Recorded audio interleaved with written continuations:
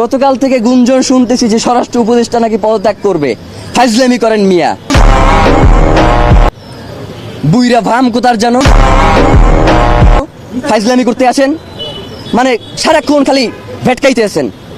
আপনাকে কি পদত্যাগ মানে হচ্ছে আপনি কোনো কিছু পারতেছেন না, আস্তে কইরা চুপচাপ চলে যাবেন, এই জন্য কি আপনার স্বরাষ্ট্র উপদেষ্টা বানানো হয়েছে? ওই জায়গা দিয়ে আপনি লড়তে পারবেন না। আপনার পুরো এই ঘটনার সাথে কারা কারা জড়িত এইটা নিশ্চিত কইরা আপনি এইখান থেকে যাইবেন, এর আগে আপনি কোনো জায়গায় যাইতে পারবেন না। মানে হইলো যাইয়া আপনি যাবেন, কোনো সমস্যা নাই, তার আগে বলবেন যে আপনারা কে বাধা দিছে এই দায়িত্ব পালন করতে, আপনি কার কার জন্য এই দায়িত্ব পালন করতে পারেন নাই, কে এই খুনের তদন্ত করতে আপনারা বাধা দিছে, সব কথা বইলা দিয়া এরপর আপনি যাইতে হবে। এছাড়া আপনার যাওয়ারও কোনো সুযোগ নাই।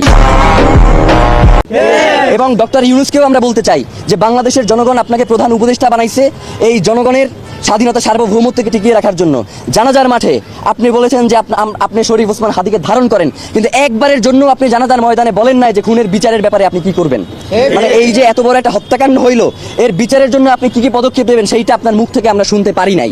মানে আপনার যে অসহায়ত্ব সেইটা আমরা দেখতে পাইছি, আপনি আসলে কিসের কারণে অসহায় সেইটা আমরা জানতে চাই। আপনাকে কে অসহায় করে তুললো এইটা আমাদের কাছে আপনার জানাইতে হবে। মানে এইটা না জানাইয়া তড়িঘড়ি করে নির্বাচন দিয়ে এরপর আপনি চলে যাবেন, এটা হবে না। নির্বাচনের আগে বিচার নিশ্চিত করতে হবে, এরপর নির্বাচনের আগে কোনো নির্বাচন হবে না।